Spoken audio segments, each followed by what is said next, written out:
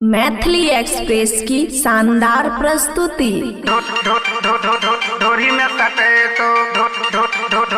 ढोरी में सटे तो ढोरी में सटे तो सामान तोरा ढोरी में सटे तो खुशी रिकॉर्डिंग स्टूडियो बलुआ। सामान तोरा ढोरी में सटे तो रोज नया नया तोरा गाना सुने तो गाना सुनत तोरा छोरी गेलो भे तो तोरा डीजे वाला छोरा पटे तो सामान तोरा ढोरी में सटे तो तोरा डीजे वाला छोरा पटे तो सामान तोरा ढोरी में सटे तो ढोरी में सटे तो है जो ढोरी में सटे तो भुकुर भुकुर ले जब लाइट मुंह पे जले तो तोरा डीजे वाला छोरा पटे तो सामान तोरा ढोरी में सटे तो तोरा डीजे वाला छोरा पटे तो सामान तोरा ढोरी में सटे तो ढोरी में सटे तो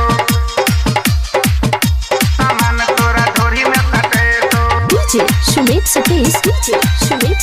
रेमा सामान तोरा ढोरी में सटे तो जहिया सहे गे छोरी भेल तू जबान गे डीजे वाला छोरा के बनल पहरान गे जहिया सहे गे छोरी भेल तू जबान गे डीजे वाला छोरा के बनल पहरान गे तोरा अपना जे कनिया बने तो सामान तोरा ढोरी में सटे तो तोरा डीजे वाला छोरा पटे तो सामान तोरा ढोरी में सटे तो ढोरी में सटे तो ढोरी में सटे तो खुशी रिकॉर्डिंग स्टूडियो बलुआ। सामान तोरा ढोरी में सटे तो दीपक डीजे वाला तोरा पीछे भेलो दीवाना गे विकास परदेसी के बजाबे छो गाना गे दीपक डीजे वाला तोरा पीछू भेलो दीवाना गे विकास परदेसी के